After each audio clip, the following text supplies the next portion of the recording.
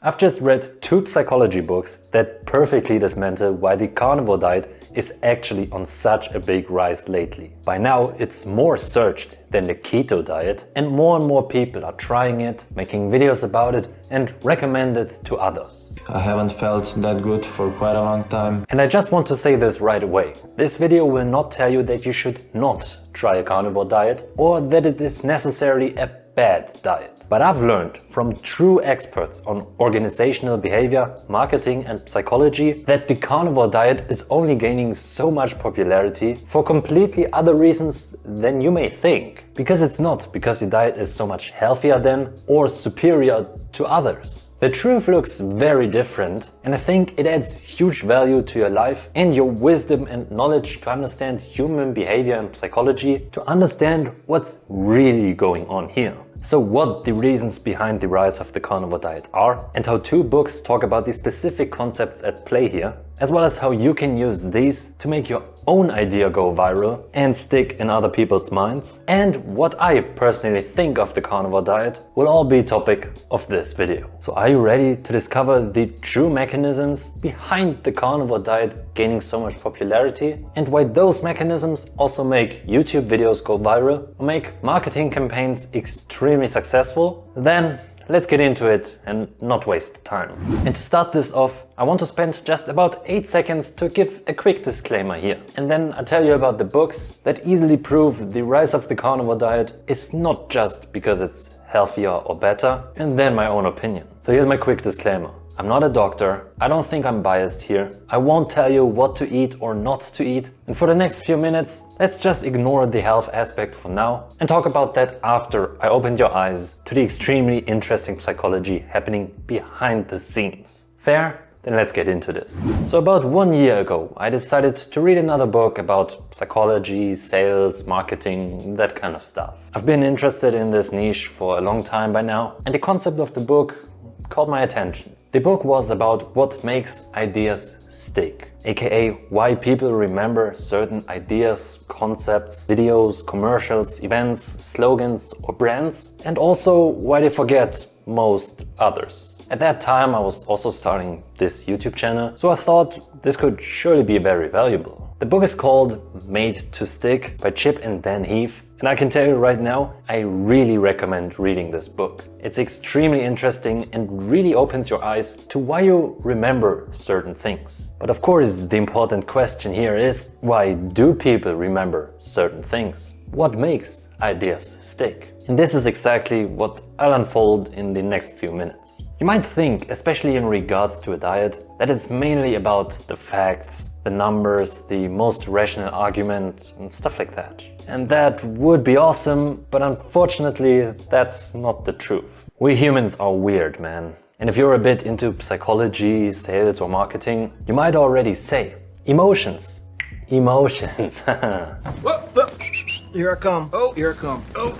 And yes, that plays a part too. But it's just one of 6 things that the authors write about in their book. They write about the so-called success principles. It's an acronym for the things that make an idea stick. But let's put emotions to the side for now and go through these letters one by one. So first off, to make an idea stick, you need simplicity. The most memorable ideas are both simple and profound. Complexity makes it way harder for ideas to be understood, appreciated, and especially to stick. That's partly why you don't remember shit from chemistry class, for example. Besides that things can be liquid, gas or solid. Yeah, but maybe that's just me though.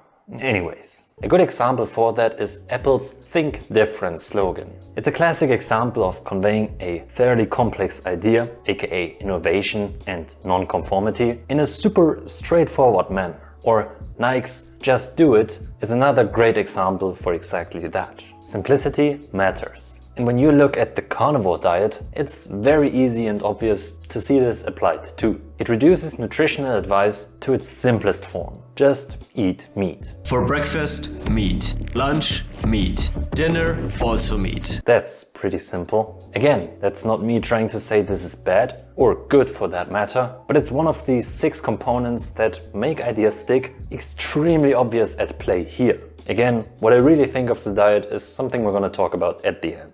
So that's one thing. The next letter of the success principles is the U, which stands for unexpectedness. To grab people's attention, your message needs an element of surprise. You can't be boring and predictable. I think this might become even more important in today's age with the information overload that we face every single day. The book talks about how Southwest Airlines did this with a campaign that was about "You are now free to move about the country," which reframed the flying experience as an easily accessible and also liberating act. But maybe for a more current social media example, just look at Brian Johnson. I'm just gonna assume you've seen this guy before, because he gained a lot of popularity quite quickly, especially in this health maxing niche. Now, of course, that has multiple reasons, but one of the biggest ones was definitely this element of surprise. Like when you first heard about him, you probably were like, oh, he can age slower? He's younger than he actually is? How is that even possible? Bro, what are you talking about, man? And when you look at the carnivore diet, this applies here again. The idea of consuming exclusively meat is very much against the conventional advice to eat your greens, good boy, or to eat a balanced diet, or it definitely does not conform with the food pyramid. And this just kind of brings an element of unexpectedness into this. And this sparks curiosity and also debate, which further draws more attention to the diet. The harsh truth is, you can't get attention with recommending to eat whole foods and no sugar. That time is over nowadays. That's maybe sad, but it's also true. And by the way, this is another big reason why I loved this book. Objective truths might not get the same attention or stick in people's minds as some other lies or controversial statements. And once you actually know that, you see this happening quite often in different places. But with those two things out of the way, there's even more that makes ideas stick. Number 3 is C, which stands for concreteness. Concrete ideas are easy to remember. Aesop's fables like the tortoise and the hare are a perfect example for that, because they teach valuable lessons through vivid and memorable stories. And this makes the idea stick so much better. Also, that's why metaphors, hyperboles, mental pictures and things like that work so well. It's also why you learn to be specific in writing or just storytelling, because it makes the reader visualize things, which turns on his brain, which in turn helps to make an idea stick. Now, you can definitely overdo it, but not being specific or concrete at all makes it really hard for something to stick. I think that's also why some of my own videos never took off, because I just wasn't specific enough. I wanted to formulate general advice. But again, this doesn't mean it makes it better. And when you apply this concreteness to the carnivore diet, it goes back again to just eat meat. That is quite specific, or maybe even just eat red meat, or just eat beef. Specific enough for me to know what I have to eat. And on top of that, testimonials from people on a carnivore diet often feature specific concrete transformations, like hitting a certain target for weight loss, like I lost 30 pounds in 2 months of carnivore diet or whatever, and this helps to make the idea stick as well. Of course, this applies to other diets too. But there are 3 more very interesting concepts that are very essential to make ideas stick. Especially the last 2 you see in almost every viral idea, concept or video clip. But first, number 4, which is all about credibility. And yes, this is also extremely important. Ideas gain traction when they are backed by authorities or they are proven by demonstration. I think that's the best form of credibility. And that's also why influencer marketing is still growing year after year. It's also why we like to work out like our role model, do biohacks that Andrew Huberman recommend, or eat a carnivore diet, because many famous influencers talked about it by now. And they tried it and they recommend it. So that strongly plays into the idea sticking in people's minds. And then for the 5th concept, we finally get to emotions. You've probably heard about this before, so I'm not gonna waste a lot of time here. But yes, people are way more likely to be persuaded by messages that evoke certain emotions, especially strong emotions. Facts and figures are not enough. Emotions play a huge role too. Combine this with the unexpected, the simple and the concrete we talked about before, as well as the next concept we're gonna talk about in a few seconds, and you see why this clip is one of the best commercials and one you've probably seen before.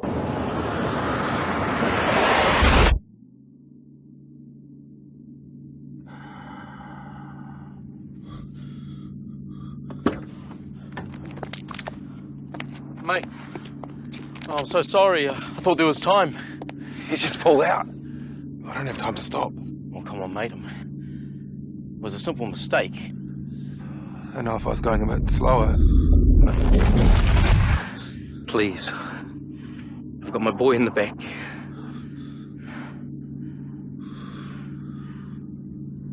I'm going too fast.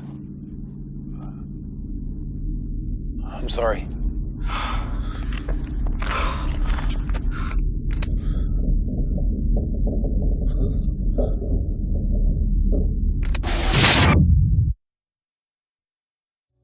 Change my mind, but I think it's one of the best ads I've ever seen. It's just so impactful, and people in the comments agree too. And to get back to the point I'm trying to make, this is to a big part because of the emotions. And this can also be applied to the carnivore diet too. It taps into the fears of modern food processing, health crisis, rising obesity, red 40, phytoestrogens and more, or generally just as a contrast to the current mainstream development and the trend towards vegetarian or vegan diets. Especially debates between vegans and carnivores definitely evoke a lot of emotions. And then concept number 6 is all about stories. Stories drive action by providing inspiration or simulation. We've told them since the dawn of humanity, and to put simply, we just like them. Just accept that. If you want to be more captivating, storytelling is an extremely good skill to learn. And the story of Steve Jobs' transformation from garage startup to multi-billion-dollar company inspires so many entrepreneurs around the entire world. Or for a more small-scale example, just look at Hamza's come up and his story. From fully degenerate, broke, drug-addicted and outsider to one of the most important voices of self-improvement online. Come on, man! That's too easy! And to be fair, this is a bit harder to apply to the carnivore diet as a concept, but those personal success stories that people usually make when they try the carnivore diet and it actually works out really help to make the idea stick. It is day 20 now, and actually I feel great, guys. Of course, this would apply again to other diets too, but it plays a role here as well. And then again, you have confirmation bias that plays into this too. Or maybe just the concept of we always ate meat, so it must be healthy, kinda incorporates a few elements of storytelling too.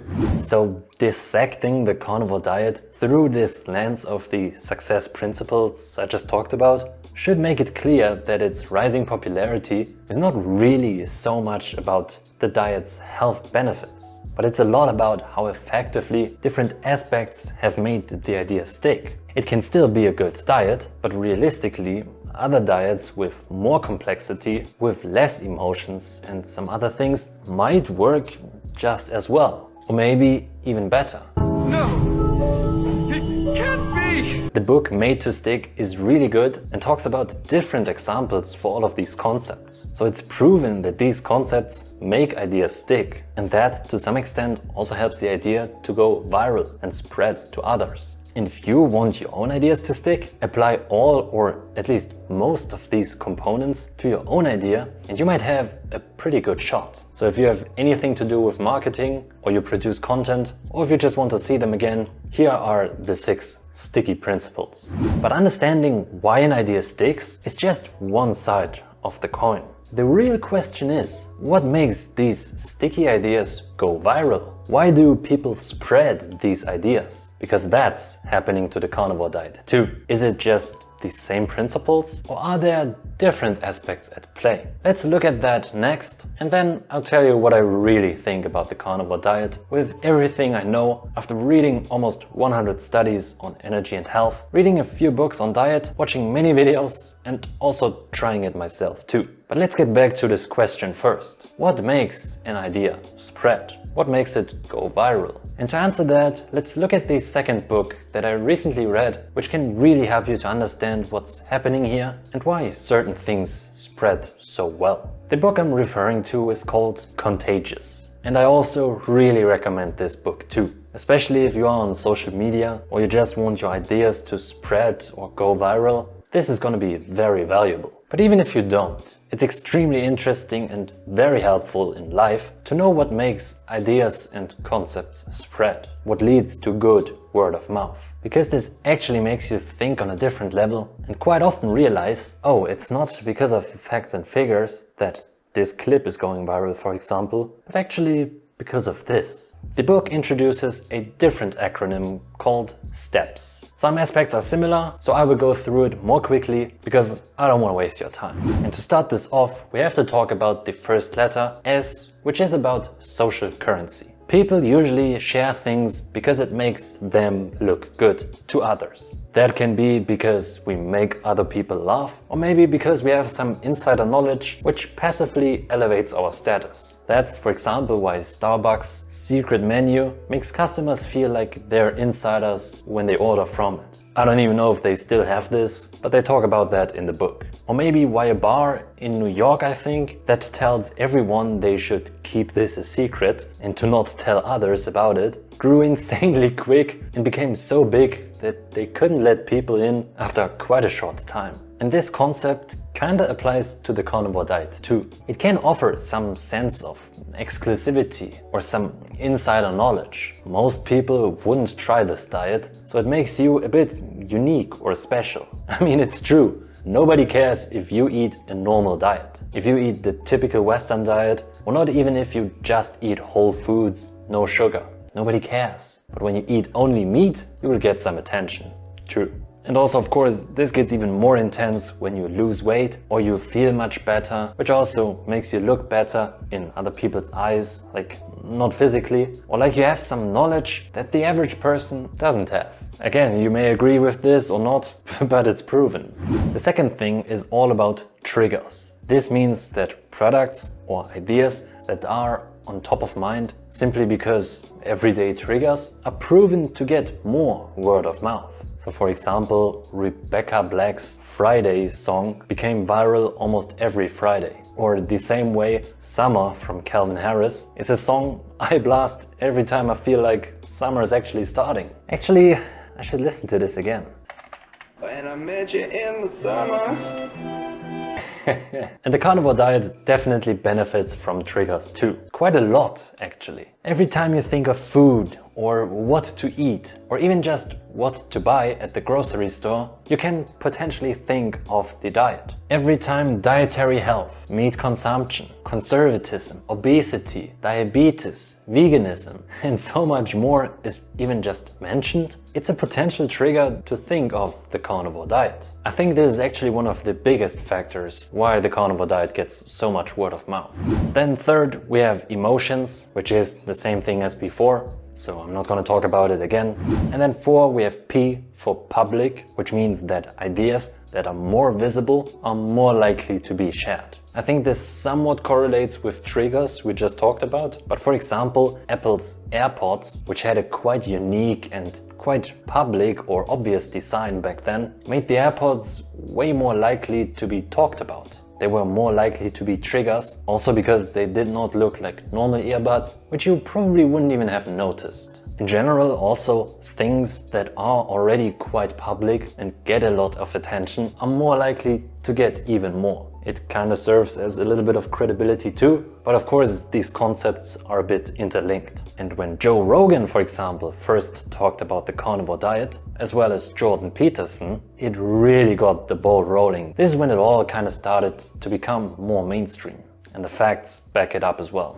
Then 5, we have practical value, which just means that useful information is more likely to be shared. So hey, informations, facts and figures do matter. They actually do matter. But yeah, just to some extent. So again, to give you an example, that's why tricks about saving money at the grocery store get passed around quite quickly. The same way as a good self-improvement video with good practical value is way more likely to be shared as well. And for the carnivore diet, simplicity and the promise of significant health benefits do provide exactly that. Actual body transformations or even mind transformations, much better mental clarity or focus, and the diet curing actual diseases or illnesses, of course, skyrockets the practical value. And this, by the way, is also why I will not say that the diet is bad in a few seconds, but that's just a little spoiler.